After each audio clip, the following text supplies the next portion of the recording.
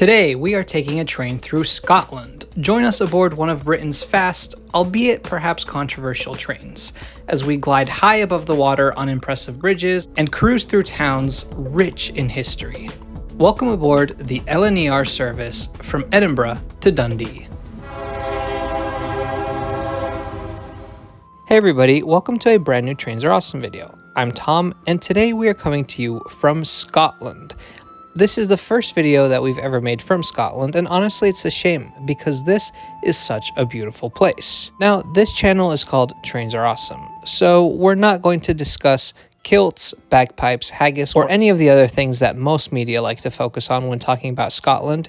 Instead, we're going to talk about the thing we like to focus on, trains. Scotland offers many beautiful rail journeys, and we're going to take one today. Unfortunately, not on a steam train, although this one is fun to look at.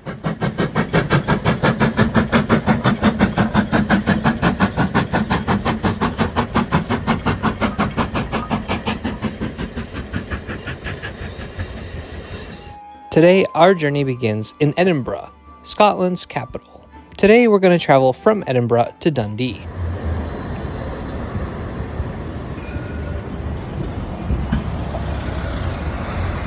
Normally, this journey would be completed on a ScotRail train. They operate the majority of services between these two cities, but a few times a day, you can ride on an intercity train operated by London North Eastern Railway, or LNER, and that's what we're doing today. Our journey begins here at Edinburgh Waverly Station, the main station here in the city. I'm your narrator for today, but let me introduce you to your hosts. It's Bear and Jesse, and we're headed to Dundee, Scotland from beautiful Edinburgh. We just went to, I think it was called like the station office or whatever. The booking office? The booking office, which is a glorified Edinburgh name for Wetherspoons, where we got a little cheeky dinner. And we are now headed to take the LNER from Waverly to Dundee, and we're going to take you along. But first, let me explain to you something weird about the ticketing. So what happened is, when we went to pick up our tickets, which I always find an intriguing thing, you have to go to the station to a machine to pick up your ticket, and then swipe the credit card that you used, and then put in a confirmation number, and then they print it out for you. Anyways, I feel like they could be way more efficient. But regardless, we got 4 separate tickets. Now, the reason for that is because we did a ticket split. A split ticket is basically what it sounds like. For one journey, you buy 2 tickets, one from your origin to a midway point and one from that midway point to your final destination. In Bear and Jesse's case, their ticket was split in Inverkeithing. The reason for doing this is that sometimes it can turn out to be cheaper. It was in this case. However, you have to make sure that the station where your ticket is split is a station where your train actually stops. So we're taking the 8:31 to Aberdeen, platform 19. But I will say the platform system here is funky, because that's 5, 6, 7, 11, 12, and then 3 is somewhere over there, as well as 1, but also 19 and 20. So we're going to try to figure it out. We do have a gorgeous old station hall here.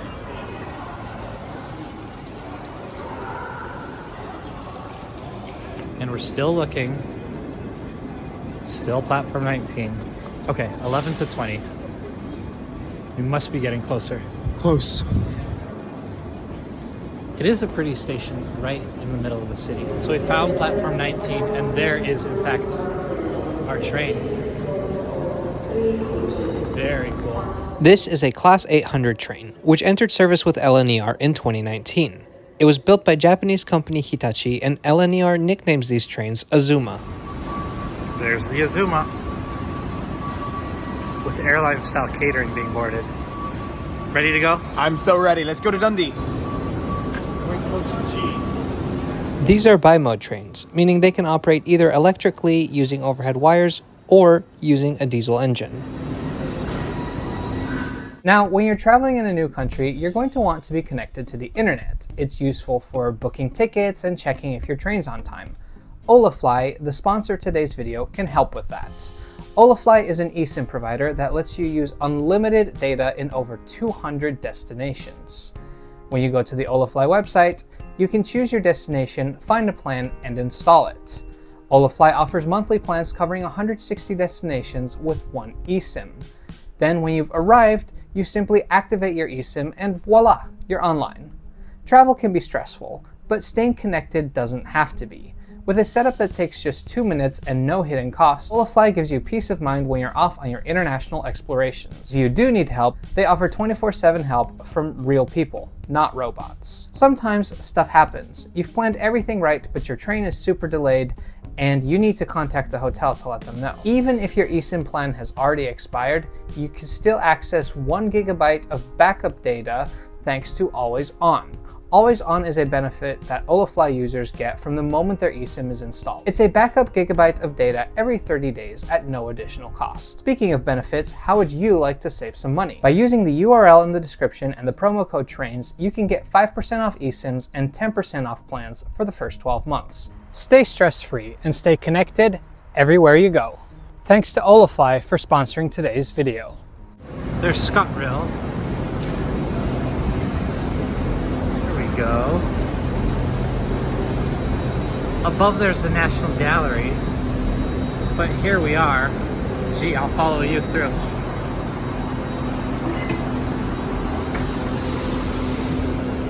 And then seats 21. Oh, it's a cafe.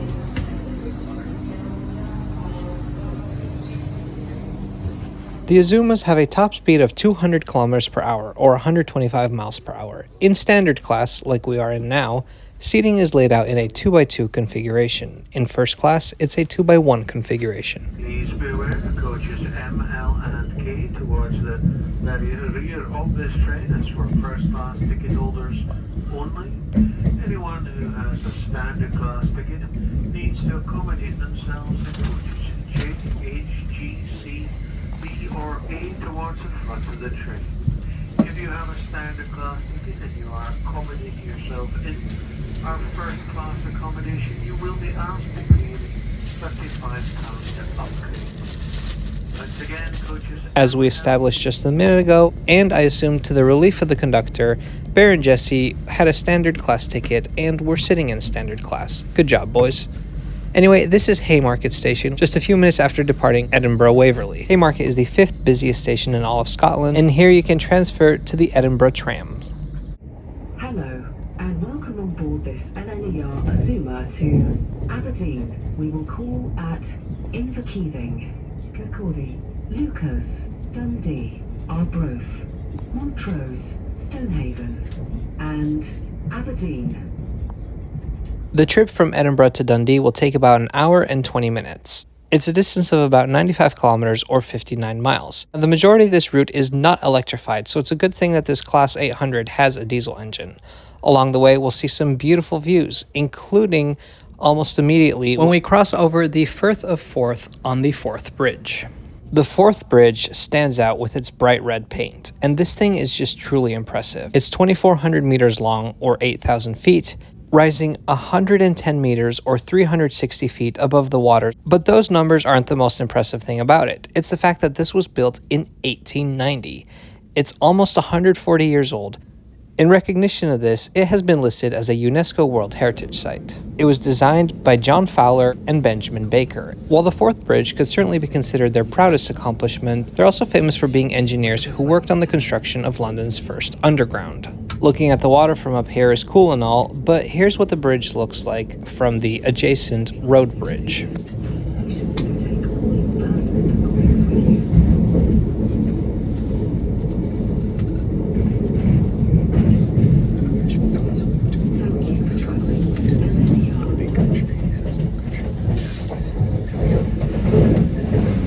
Now that we've crossed over the Firth of Forth, we are in the council area of Fife, with our next stop of Inverkeithing fast approaching.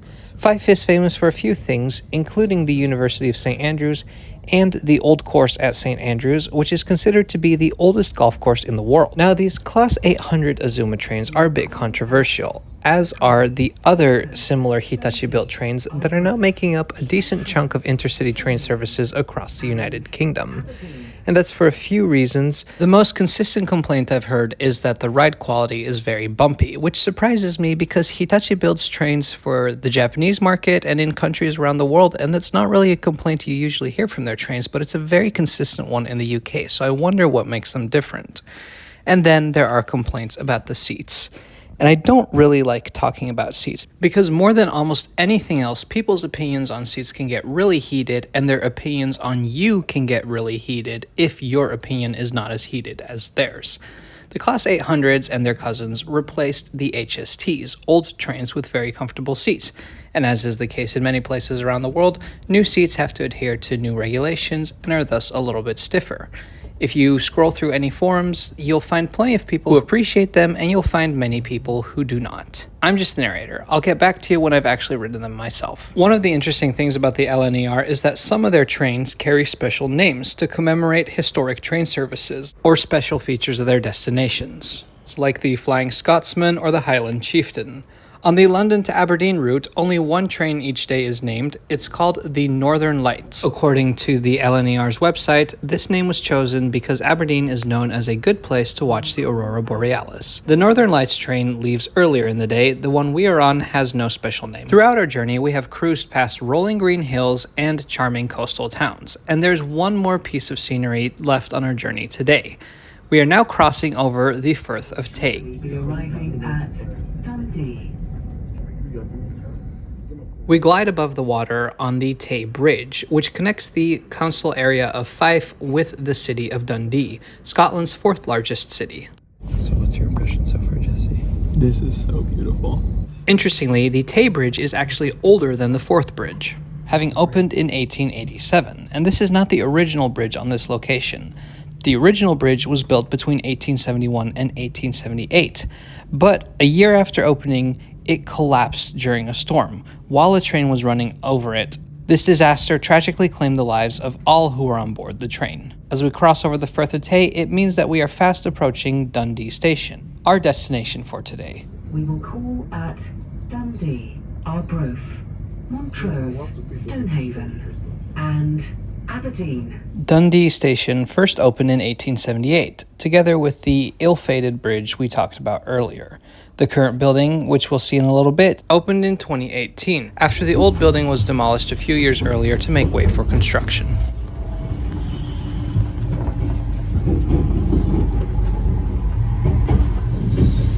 There's the Tesco Extra. It's massive.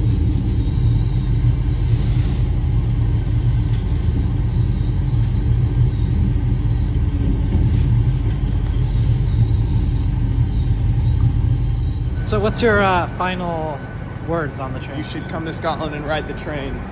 Which one? The LNR. LNER. There we go.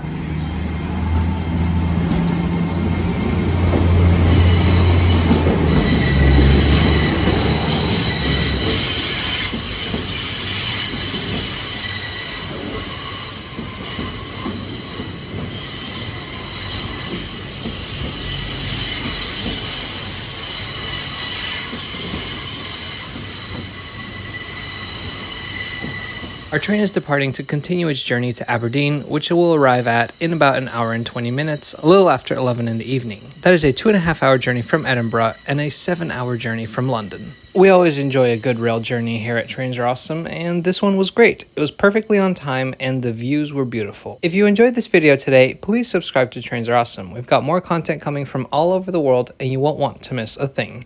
Thank you for watching. We'll see you next time.